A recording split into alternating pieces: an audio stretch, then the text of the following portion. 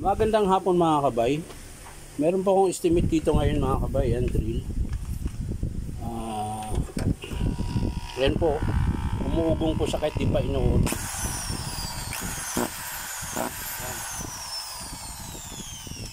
So ganun po yung andar niya mga kabay. Kahit nga hindi mo siya pisilin. Ayan po.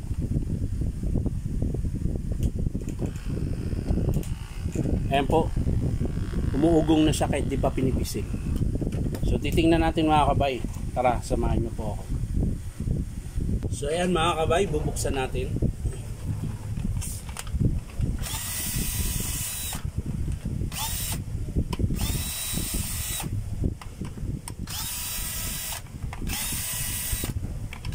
Bakit?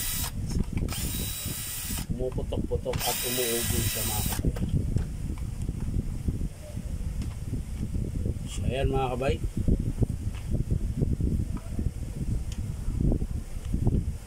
Ayan. Tingnan natin kung bakit pumuputok-putok siya mga kabay.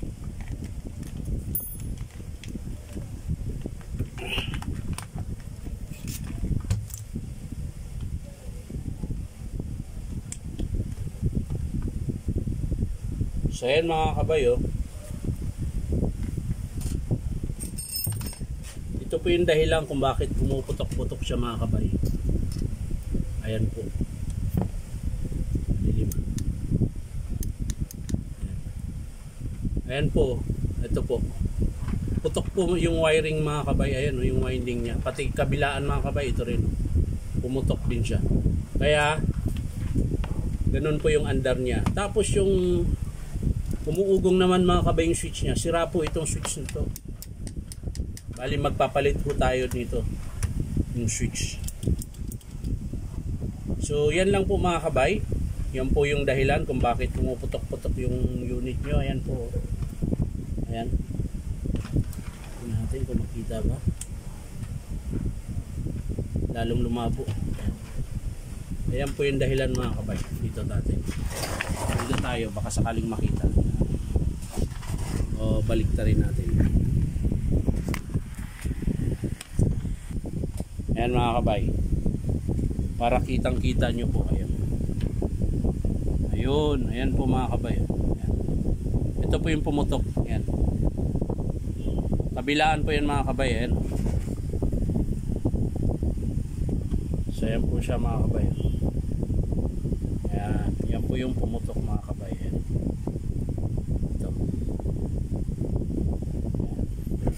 Tapos yung umuugong naman mga kabay. Ito yun mga kabay. Magpapalit ho tayo ng switch. Sira na po yung switch niya. Tapos chuck. Ayan po yung chuck niya mga kabay. Bungina po. Tsaka matigas po siya pihitin. So ang papalitan natin sa unit na ito mga kabay, sa DWD024, field coil, switch, tsaka chuck. So yan lang po mga kabay. Maraming salamat sa panonood at palike and share na rin po. At syempre po pakisubscribe nyo po yung aking YouTube channel na ang pangalan ay Inom Tabay pa rin. So yan lang po mga kabay. Maraming salamat. Bye bye.